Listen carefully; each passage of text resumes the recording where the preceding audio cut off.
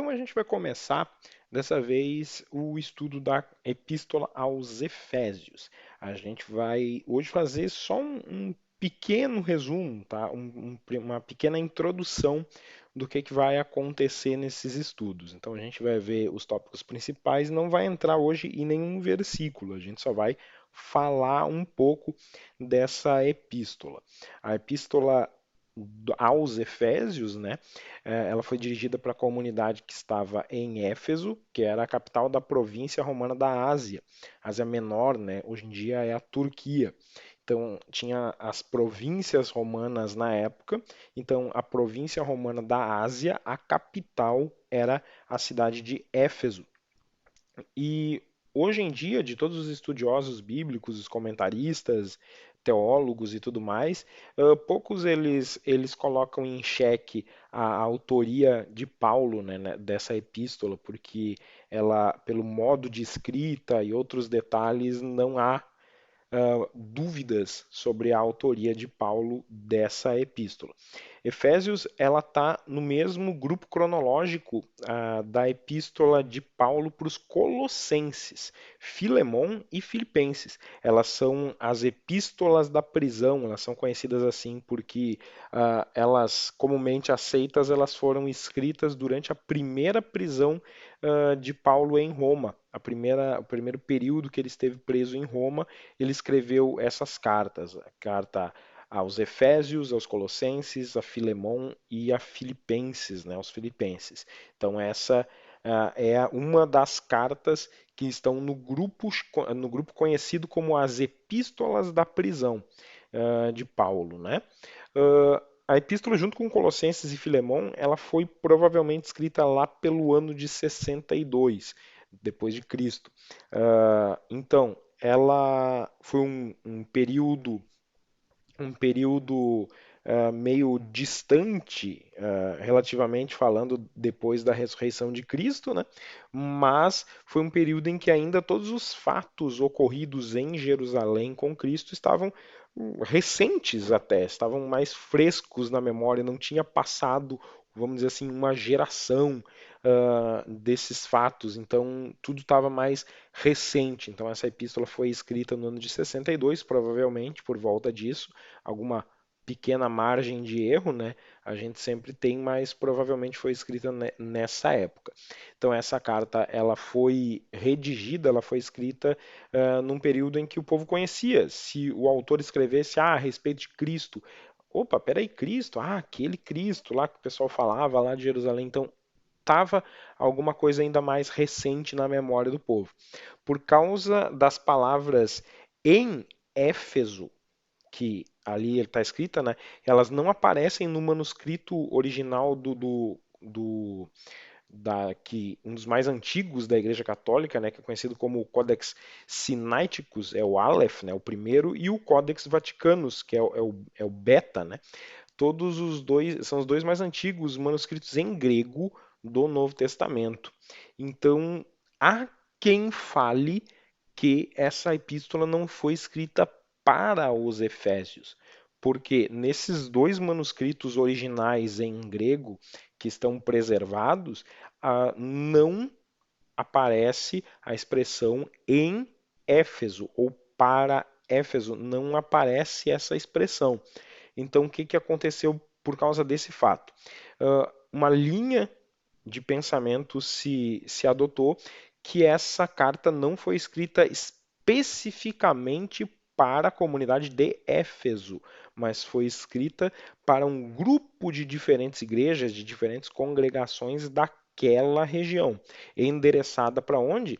Para a capital, que era Éfeso. Então, o endereço final seria a capital, mas a carta foi redigida, né, foi escrita para as comunidades circunvizinhas a Éfeso também, né, não especificamente a Éfeso. Então, isso alguns estudiosos defendem hoje em dia. Éfeso, no grego clássico, né, Éfesos, em latim Efesos, em turco Efés, ela foi uma cidade grega antiga da costa de Jônia.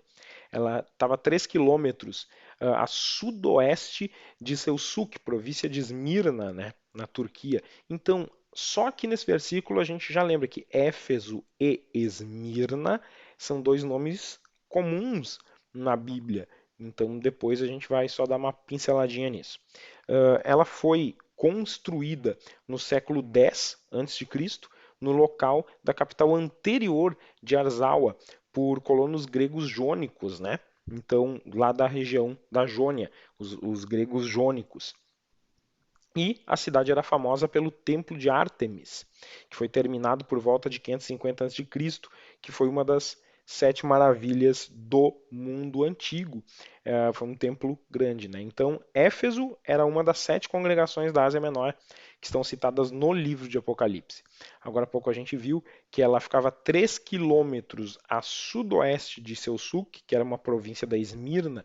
Esmirna também era uma das comunidades, das sete comunidades do Apocalipse. Quando nós lemos as sete cartas escritas, né, para as congregações no livro de Apocalipse, Éfeso é citado ali, a região de Éfeso, a comunidade de Éfeso, ela foi citada durante essa revelação que João teve a respeito das sete congregações, uh, por alguns fatos, né? E Esmirna também, ela estava nessa lista, era aquela região. Então, a igreja de Éfeso, inclusive, ela foi a primeira a ser citada. Ela está citada em Apocalipse 2, do 1 ao 7, conta o relato. Depois a gente tem a igreja de Esmirna, que tinha uma proximidade dessa cidade, né? Ali em Apocalipse 2, do 8 ao 11, fala de Esmirna, depois segue para Pérgamo, Tiatira, Sardes, Filadélfia e Laodiceia, que são as sete igrejas do Apocalipse, né? das revelações do Apocalipse. Mas a igreja de Éfeso, ela constava ali, ela estava nessa lista. Depois, quando a gente for estudar os versículos, quando a gente for se dedicar um pouquinho mais, estudando algumas passagens do livro de Efésios, a gente vai ver direitinho o que aconteceu, né, naquela região, algumas coisas que estavam na carta aos Efésios, que também tem alguma ligação com com o livro de Apocalipse, a gente vai dar uma olhadinha nisso também. Seguindo um pouco, a gente sabe que em Éfeso existia um dos maiores teatros do mundo. Tinha uma capacidade de 25 mil espectadores, de uma população estimada de cerca de 400 mil a 500 mil habitantes. Então, Éfeso tinha uma população entre 400 e 500 mil habitantes. E tinha um teatro lá que tinha capacidade para 25 mil espectadores. Depois a gente vai ver até uma imagem desse teatro que ainda tem as ruínas hoje em dia, e é uma construção colossal, uma construção impressionante. Por quê? Porque naquela região também eles tinham um apego à cultura, né? Principalmente focando na cultura grega, né? Naquela época, influenciada também pelos romanos, alguma coisa desse período, eles tinham muita influência. Então eles construíam esses teatros, os templos, a arquitetura, nós conseguimos ver muita influência, né, que a gente vê nos livros de história, a gente consegue ver a influência da época local, que não era uma cidade predominantemente judaica, era uma cidade com influência greco-romana. Pelas construções a gente consegue ver e a cultura local também a gente consegue entender um pouco dessa influência.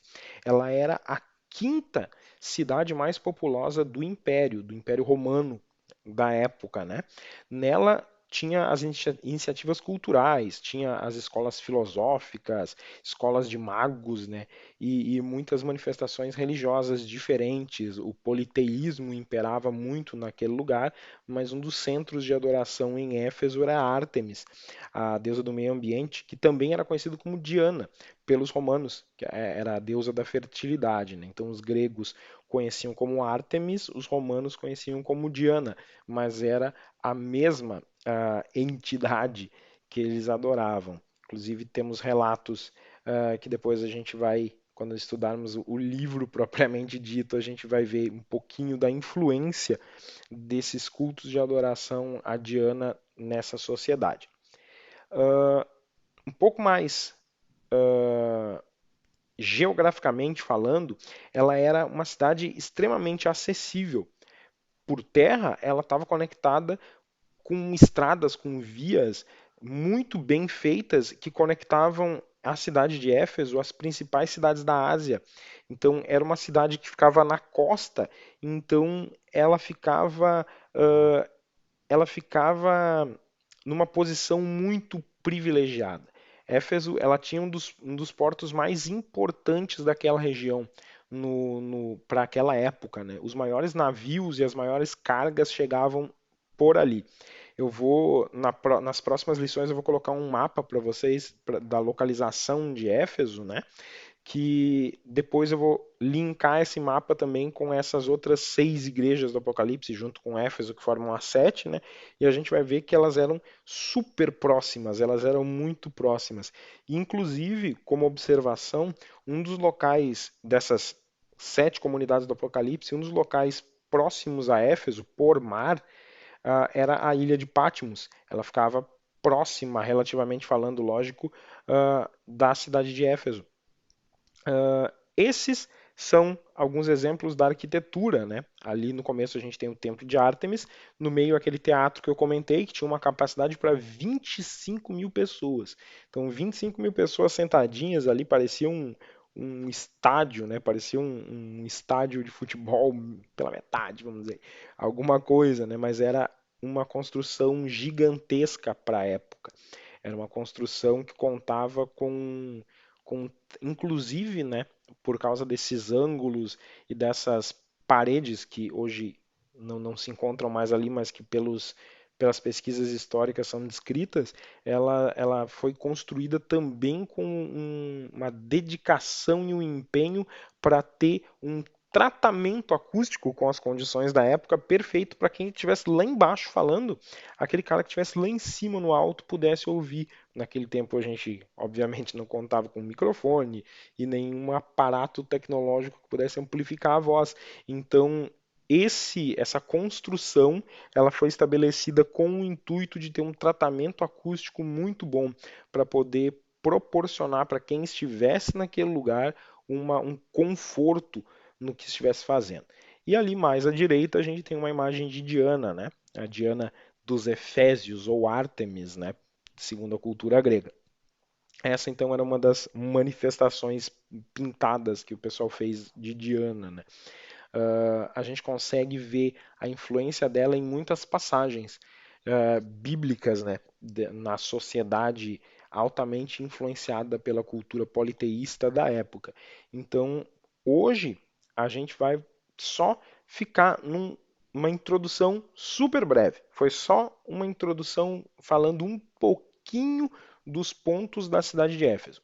Mas a gente vai estudar bem porque dentro de Efésios, da carta aos Efésios, nós temos muitos detalhes, muitas coisas para estudar e muitas coisas para a gente se dedicar a esmiuçar bem para o que Deus quis dizer através do apóstolo, né? Então nós sabemos hoje que a carta de Éfeso conta inclusive com uma grande quantidade de interpretações a respeito de intercessão, a respeito de oração, a respeito do que a gente chama de batalha espiritual, de várias coisas linkadas ali. Então, hoje nós ficamos só com esse brevíssimo panorama de Efésios, mas nas próximas lições nós vamos já esmiuçar um pouquinho mais, a gente vai mastigar um pouquinho mais a carta aos Efésios para a gente entender um pouquinho melhor. Beleza? Então, era isso por hoje. Que Deus abençoe e até a próxima.